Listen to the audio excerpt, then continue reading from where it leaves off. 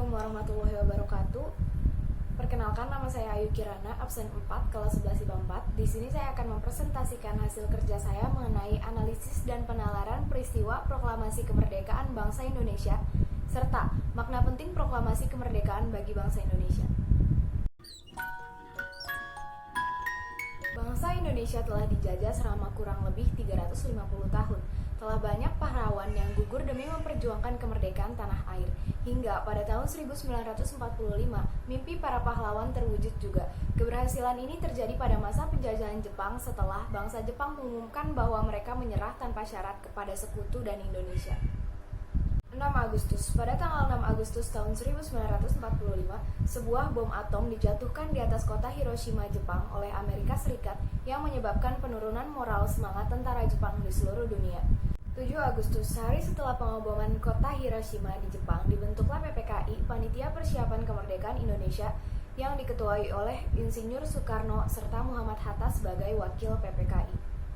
9 Agustus, lalu pada 9 Agustus tahun 1945, bom atom kedua dijatuhkan di atas kota Nagasaki sehingga menyebabkan Jepang menyerah kepada Amerika Serikat dan sekutunya. Soekarno, Hatta selaku pimpinan PPKI dan Rajiman Weddiodiningrat sebagai mantan ketua BPUPKI pergi ke Dalat, Saigon, yaitu pusat tentara Jepang untuk menemui Marsekal Terauchi, Panglima Besar Tentara Jepang di Asia Tenggara. Panglima tersebut menyampaikan informasi kepada pemerintah Indonesia bahwa Jepang akan memberikan kemerdekaan kepada bangsa Indonesia. 10 Agustus, Sultan Syahrir telah mendengar berita melalui radio bahwa Jepang telah menyerah kepada sekutu. 12 Agustus, Jepang melalui Jenderal Marsekal Terauchi di Dalat, Vietnam mengatakan kepada Soekarno, Hatta, dan Rajiman bahwa pemerintah Jepang akan segera memberikan kemerdekaan kepada Indonesia. 14 Agustus, saat Soekarno, Hatta, dan Rajiman kembali ke tanah air dari Dalat pada tanggal 14 Agustus tahun 1945, Sultan Syahrir mendesak agar Soekarno segera memproklamasikan kemerdekaan Indonesia. 16 Agustus, peristiwa penting lain terjadi pada tanggal 16 Agustus tahun 1945, di mana Soekarno, Hatta, Fatmawati, dan Guntur yang saat itu sedang berusia sekitar 8 bulan, diajak oleh golongan muda ke Rengas Dengklok. Tujuannya agar kedua tokoh ini terbebas dari pengaruh Jepang dan bersedia memproklamasikan kemerdekaan Indonesia. Mengapa peristiwa Rengas Dengklok terjadi? Salah satu alasan terjadinya peristiwa Rengas Dengklok ini adalah karena adanya perbedaan yang terjadi antara golongan tua dan golongan muda. Golongan muda menginginkan untuk segera memproklamasikan kemerdekaan yang bertepatan pada tanggal 17 Agustus tahun 1945. Sebaliknya, golongan tua ingin menunggu kemerdekaan yang diberikan Jepang kepada bangsa Indonesia atas persetujuan PPKI. Rumah Laksamana Maeda, Jalan Imam Bonjol nomor 1.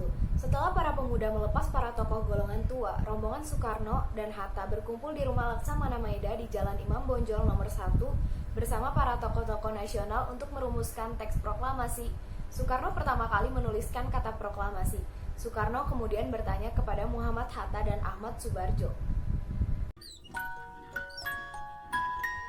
Proklamasi. Ahmad Subarjo kemudian menyampaikan kalimat, "Kami bangsa Indonesia dengan ini menyatakan kemerdekaan Indonesia. Hal-hal yang mengenai pemindahan kekuasaan dan lain-lain diselenggarakan dengan cara seksama dan dalam tempo yang sesingkat-singkatnya." Soekarno kemudian menuliskan Jakarta 17 Agustus tahun 1945 atas nama bangsa Indonesia. Sebagai penutup kemudian ditandatangani dua tokoh yaitu Soekarno dan Muhammad Hatta atas nama bangsa Indonesia. Naskah itu pun kemudian diserahkan kepada Sayuti Melik untuk diketik.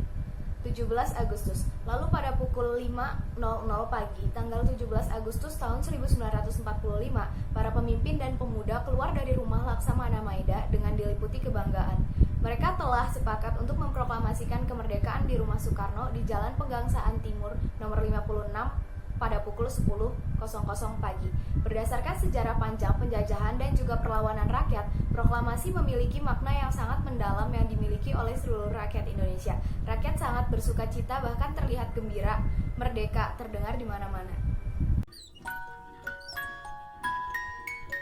Proklamasi kemerdekaan memiliki makna yang sangat penting bagi bangsa Indonesia, yaitu yang pertama, menandai lahirnya bangsa Indonesia sebagai bangsa yang merdeka. Proklamasi kemerdekaan Indonesia 17 Agustus tahun 1945 merupakan peristiwa bersejarah bagi bangsa Indonesia.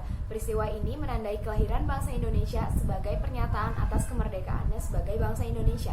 Yang kedua, puncak kemerdekaan bangsa Indonesia. Bangsa Indonesia dijajah bangsa Eropa dan Jepang sangat lama. Penderitaan rakyat selama penjajahan membuat bangsa Indonesia bertekad menjadi bangsa yang merdeka. Sehingga seluruh rakyat Indonesia berjuang untuk meraih kemerdekaan. Proklamasi kemerdekaan adalah hasil dari perjuangan para pahlawan.